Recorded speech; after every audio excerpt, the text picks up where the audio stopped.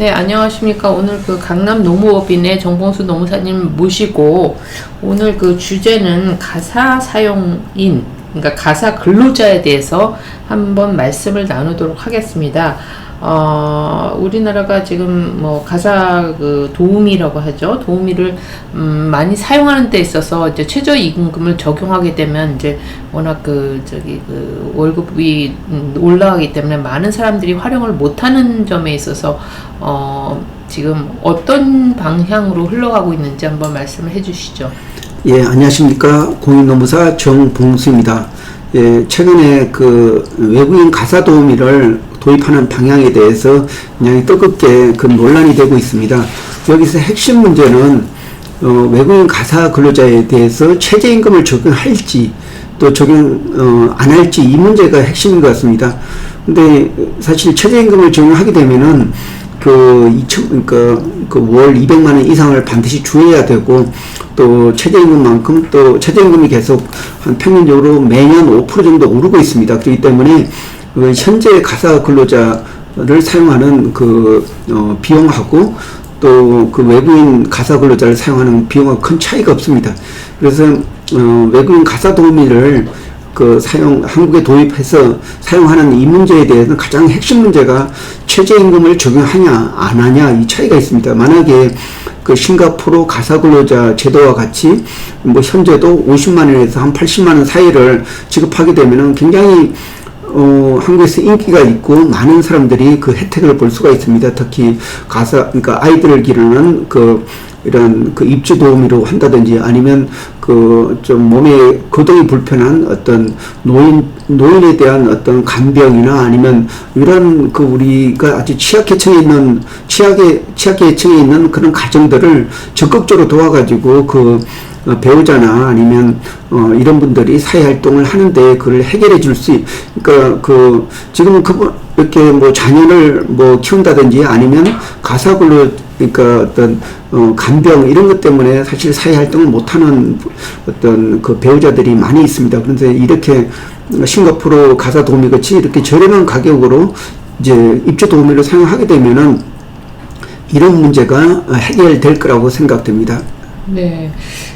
싱가포르에 있는 가사 도우미 같은 경우는 제가 알기로는 많은 이제 동남아인, 미얀마라든지 필리핀 이런 사람들이 와서 하는데 자기네 국가에서 받는 월급에 비해서 높기 때문에 이게 좀 가능한 걸로 알고 있고, 또 이제 사실 언어 문제도 있는데 한국에서 이걸 도입할 경우 여러 가지 풀어야 할 숙제가 좀 많이 있을 것 같은데 어떻게 생각하시나요? 예, 그래서 이게 그냥 섣부르게 도입하는 것보다는 국가적으로 체계 있게 도입을 해야 됩니다. 싱가포르 가사 근로자 제도에서 같이 어떤 불법 체류, 그러니까 이분들이 3년 이상이면은 이제 다시 본국에 돌아가야 되는데 불법 체류하는 그런 경향이 있습니다.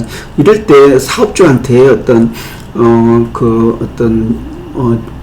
이렇게 보증금을 이렇게 국가에 맡겨가지고 불법 체류가 되면은 사업주가 못 받는다든지 그런 제도를 사용하는 방법도 있고, 또 어떤 인권적인 문제, 이런 문제를 좀 철저하게 이제 관리 감독하는 그런 문제도 있고, 그리고 또 이제 이제 자녀를 한다든지 아니면 간병을 해야 되는 그런 가정 외에 그냥 편리를 위해서 외국인 가사 도우미를 사용하게 되면은 고용 부담금이라는 어떤 세금과 같이 이렇게 부담을 하도록 하는 이런 제도가 싱가포르 가사 근로자 제도라고 할 수가 있습니다. 그래서 그런 제도를 철저히 준비하면은 비록 우려가 되는 이런 부분을 잘 해결할 수 있다고 생각이 됩니다.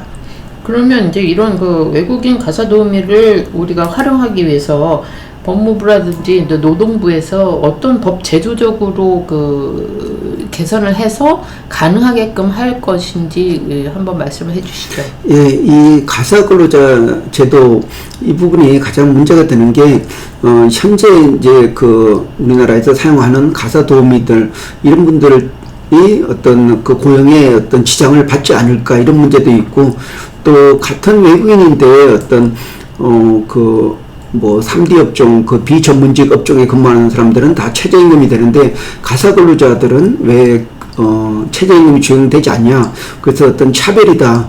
또 이렇기 때문에 어떤 불법 체류를 조장할 수가 있다. 이런 문제가 많이 발생할 수가 있습니다. 그리고 또 심리적으로도 어떤 인종차별이 되지 않냐 이런 문제까지도 이렇게 될 수가 있는데, 그러면은 이렇게 싱가포르 같이 이렇게 가사 근로자들 30만 명씩, 그러니까 싱가포르 인구가 550만 명 중에 30만 명이 가사 근로자입니다. 이 사용하는 이렇게 금액이 한 50에서 한 70, 80 정도밖에 안 됩니다. 그게 거의 50년 이상을 이렇게 체계적으로 잘 사용하고 있는데, 그러면 이렇게 싱가포르 사람들이 인격적으로 문제가 있냐, 아니면 또 어떤 인종차별이 있냐, 그런 건 아니거든요.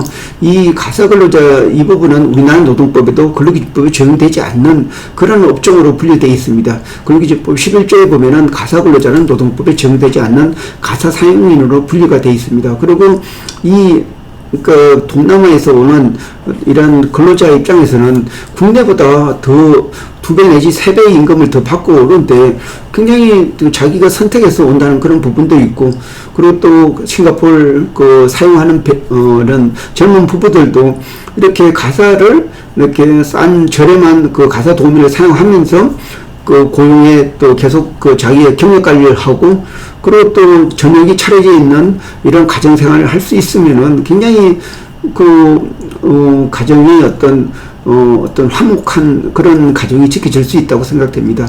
그래서 이런 제도를 도입하기 위해서는 정부가 체계적으로 이렇게 준비를 해서 싱가포르 가사근로자 제도와 같이 관리를 해야 됩니다. 시범사업으로 일방적으로 하는 게 아니고 국가적인 차원에서 제도 완비를 하고, 또 여기서 성공의 필수 요건이 최저임금을 적용하지 않는 부분입니다. 최저임금 적용하게 되면은 더 이상 해답이 없습니다. 네, 그렇군요.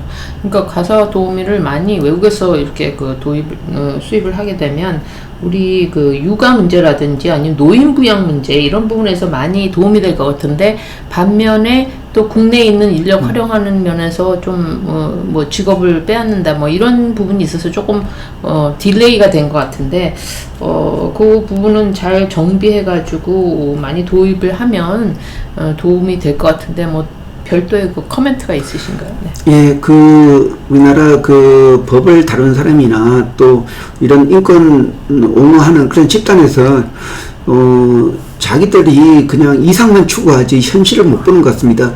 우리나라가 출산율이 0.78명으로 전 세계에서 최하입니다. 그러면 자기들이 이상만 생각했지 현실을 생각하지 않는 부분이 있습니다. 지금 맞벌이 하는데 부인이 예를 들어서 한 250에서 300 벌면은 가사 도우미를 하는데 거의 200에서 300이 나가게 되면은 차라리 그러니까 부인이 그 정도 벌 돈을 가지고 차라리 안에서 더 사랑스럽게 자식을 키우는 이런 것 때문에 진짜 경력 개발하고 앞으로 진짜 자기 인생을 살아야 되는데 아이들 때문에 인생을 포기하는 그런 경향이 있습니다. 그래서 우리 인권 단체에서나 이렇게 최저임금을 정해야 된다 이런 사람들은 좀 제가 볼 때는 현실을 모르고 이상만 추구하고 있다고 생각됩니다. 다시 말해서 싱가포르에 있는 국민들이 인종차별주의자고 또 인권주의자 이런 식으로 비난할 수 있다고 생각하지 않습니다. 상대적으로 고용을 원하는 사람들은 오히려 그 사람들 입장에서 보면은 자기들 국내에서보다 2배 내지 3배 또 선진국에 와서 새로운 문물도 배우는 그런 가정으로 사용할 수가 있습니다. 그래서 우리나라도 현실적으로 진짜 출산율을 높이기 위한 방법을 이제 도입할 때가 됐습니다.